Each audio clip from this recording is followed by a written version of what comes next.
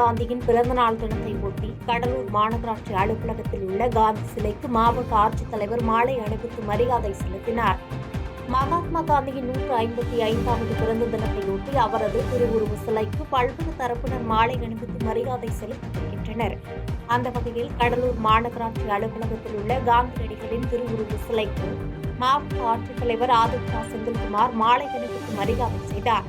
அவரைத் தொடர்ந்து கடலூர் சட்டமன்ற உறுப்பினர் ஐயப்பன் உள்ளிட்ட பல்வேறு அரசு துறை அலுவலர்கள், மாமன்ற உறுப்பினர்கள் மரியாதை செய்தனர். பின்னர் தூய்மையே சேவை திட்டத்தின் கீழ் சிறப்பாக பணியாற்றிய தூய்மை பணியாளர்களுக்கு பாராட்டு சான்றிதழ்களை மாவட்ட ஆட்சித்தலைவர் வழங்கினார்.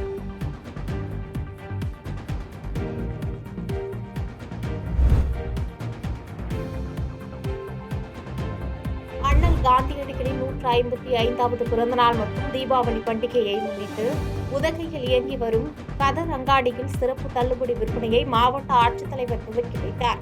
அண்ணல் காந்தியடிகளின் 155வது பிறந்தநாளை முன்னிட்டு சேரிங் கிராஸ் பகுதியில் உள்ள காந்தியடிகளின் திருவுருவ சிலைக்கு மாவட்ட ஆட்சித்தலைவர் லட்சுமி பவ்யா தண்ணீர் மாலை அணிவித்து மரியாதை செய்தார். இதனைத் தொடர்ந்து உதகையில் இயங்கி வரும் கதர் அங்காடியில் காந்தியடிகளின் பிறந்தநாள் மற்றும் தீபாவளி பண்டிகையை முன்னிட்டு கதர் சிறப்பு தள்ளுபடி விற்பனையை மாவட்ட ஆட்சியர் துவக்கி வைத்தார்.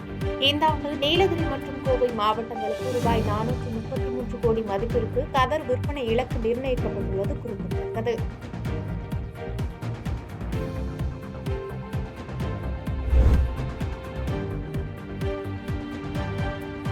சாம்சங் தொழிலாளர்கள் தொடர் போராட்டத்தின் 21ஆம் நாளான இன்று காந்தி ஜெயந்தியை ஒட்டி அகிம்சை வழியில் உண்ணாவிரத போராட்டத்தில் ஈடுபட்டுள்ளனர். காஞ்சிபுரம் மாவட்டம் சுங்குவார் சத்திரம் பகுதியில் அமைந்துள்ள சாம்சங் தொழிற்சாலையில் கடந்த மாதம் 9ஆம் தேதி முதல் ஊதிய உயர்வு, தொழிற்சங்க அங்கீகாரம், 8 மணி நேர பணிவேளை உள்ளிட்ட கோரிக்கைகளை வலியுறுத்தி தொடர் போராட்டத்தில் ஈடுபட்டு வருகின்றனர். இந்நிலையில் 21ஆம் நாளான இன்று காந்தி ஜெயந்தியை முன்னிட்டு அவரது திருவுருவப் படத்திற்கு மலர் மாலை அணிவித்து மலர் தூவி மரியாதை செலுத்தினர். இதனைத் தொடர்ந்து ஊழியர்கள் உண்ணாவிரத போராட்டத்தில் ஈடுபட்டனர்.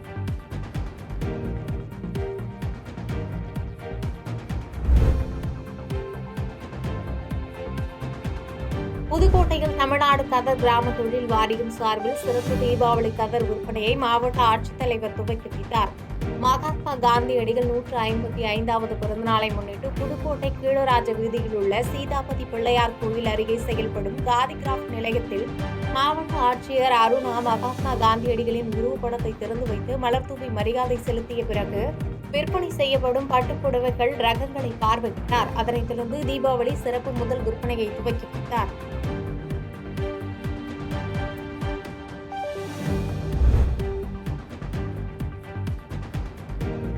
தொட்டபெட்டா ஊராட்சியில் நடைபெற்ற கிராம சபை கூட்டத்தில் ஊராட்சிகளை மாநகராட்சியாக மாற்ற கிராம மக்கள் எதிர்ப்பு தெரிவித்தனர். நீலகிரி மாவட்டம் தொட்டபெட்டா ஊராட்சியில் கிராம சபை கூட்டம் தலைவர் ஜவஹர் தலைமையில் நடைபெற்றது.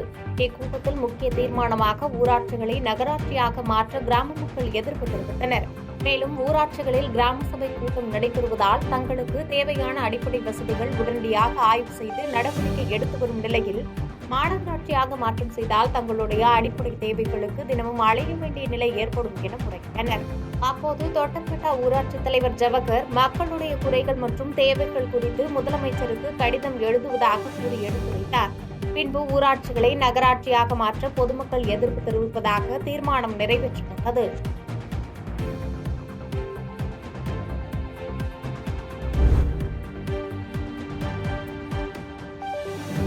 விபத்தில் சிக்கிய பெண்ணை மீட்டு ஈரோடு மாநகராட்சி மேயர் மருத்துவமனைக்கு சிகிச்சைக்காக அனுப்பி வைத்த செயல் பொதுமக்கள் மத்தியில் வரவேற்பு பெற்றுள்ளது.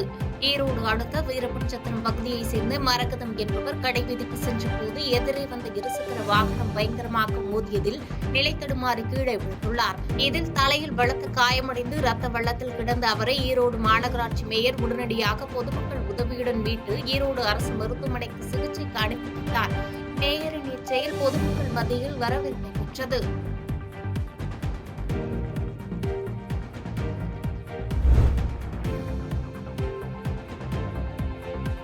ஓமலூர் சுற்றுவட்டார பகுதியில் சாகுபடி செய்திருந்த பாக்கு கன்றுகள் வெயில் தாக்கத்தால் கருகி வீணாக்கியது விவசாயிகளிடையே சோகத்தை ஏற்படுத்தியுள்ளது. சேலம் மாவட்டம் ஓமலூர் அருகே காமலாபுரம் கிராமத்தில் நடவு செய்திருந்த சுமார் 1000க்கும் மேற்பட்ட பாக்கு கன்றுகள் வெயிலின் தாக்கத்தால் காய்ந்து கருகியுள்ளது. இதனால் வேதனையடைந்த விவசாயிகள், வேளாண்மை மற்றும் தோட்டக்கலைத்துறை அதிகாரிகள் அருகே உள்ள பாக்கு தோட்டங்களை பார்வையிட்டு இழப்பீடு கிடைக்க நடவடிக்கை எடுக்க வேண்டும் என்றும், எந்தெந்த காலகட்டங்களில் எந்தெந்த தட்பவெப்ப நிலைக்கு என்னென்ன பயிர்களை சாகுபடி செய்யலாம் என்பது குறித்த ஆலோசனைகளை வழங்க வேண்டும் என்று கோரிக்கை வைத்தனர். இந்த நிலையில் பாக்கு செடிகள் வளர்ப்பில் ஈடுபடும் போது அந்த செடிகளுக்கு நிழல் கொடுக்கும் மரங்களை வளர்த்த பிறகு பாக்கு செடிகள் நடவு செய்ய வேண்டும் என்று தோட்டக்கலைத்துறை அதிகாரிகள் விவசாயிகளுக்கு அறிவுறுத்தியுள்ளனர்.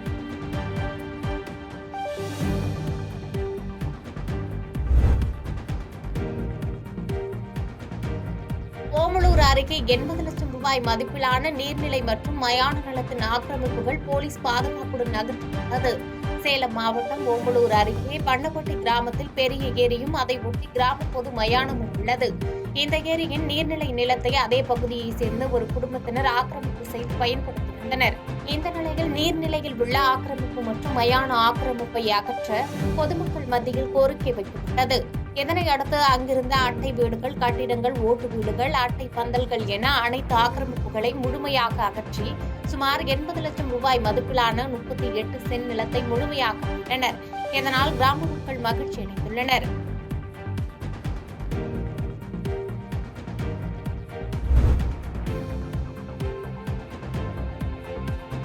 பென்னாகரம் அருகே சுடுகாட்டிற்கு செல்ல வழிபாதை இல்லாததால் கிராம மக்கள் போராட்டத்தில் ஈடுபட்டது பரபரப்பை ஏற்படுத்தியது. தருமபுரி மாவட்டம் பென்னாகரம் அருகே உள்ள ரங்காபுரம் கிராமத்தில் 500க்கும் மேற்பட்ட குடும்பத்தினர் வசித்து வருகின்றனர். இந்த மக்களுக்கென தனியாக சுடுகாடு உள்ள நிலையில் சுடுகாட்டிற்கு செல்வதற்கான முறையான வழிபாதை இல்லை. இதனால் கடந்த 6 தலைமுறைகளாக சுடுகாட்டிற்கு சென்று வர தனிநபருக்கு சொந்தமான இடத்திற்கு ஒட்டிய 3 அடி பாதையை பயன்படுத்தி வந்த நிலையில் தனிநபர் அவருக்கு சொந்தமான இடத்தில் கம்பிவேலி அமைக்க முயன்றதாக தெரிகிறது.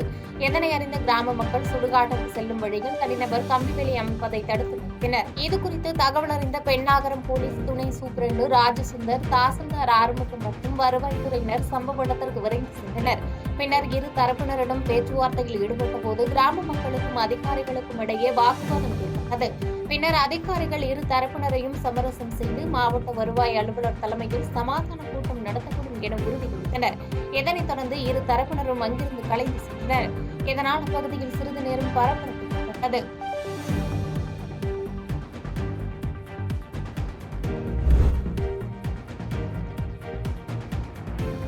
புதுவண்ணாரப்பேட்டையில் திருநங்கை காதலனுடன் சண்டையிட்டு சாலை மறியலில் ஈடுபட்டது பரபரப்பை ஏற்படுத்தியது.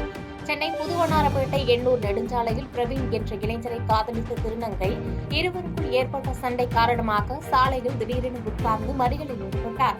இதனால் கடும் போக்குவரத்து நெரிசல் ஏற்பட்டதை தொடர்ந்து அங்கு சென்ற போலீசார் விசாரணை செய்து கொண்டிருந்த போது திருநங்கை இளைஞர் பிரவீனை அங்கிருந்து அழைத்து சென்றார். இதற்கிடையில் போக்குவரத்து நெரிசலில் சிக்கிய வாகன ஓட்டிகள் அப்பகுதியில் ரோந்து பணியில் போலீசார் ஈடுபட வேண்டும் என்றும் போக்குவரத்து போலீசார் தீவிர கண்காணிப்பில் ஈடுபட வேண்டும் என்றும் கோரிக்கை விடுத்தனர். பாதகம் செய்பவரை கண்டால் நாம் பயங்கொள்ளலாகாது பாப்பா, மோதி மிதித்து விடு பாப்பா, அவர் முகத்தில் உமிழ்ந்து விடு பாப்பா. அண்மை செய்திகளை உடனுக்குடன் தெரிந்து கொள்ள இணைந்திருங்கள் இயம்நாடு தொலைக்காட்சியுடன்.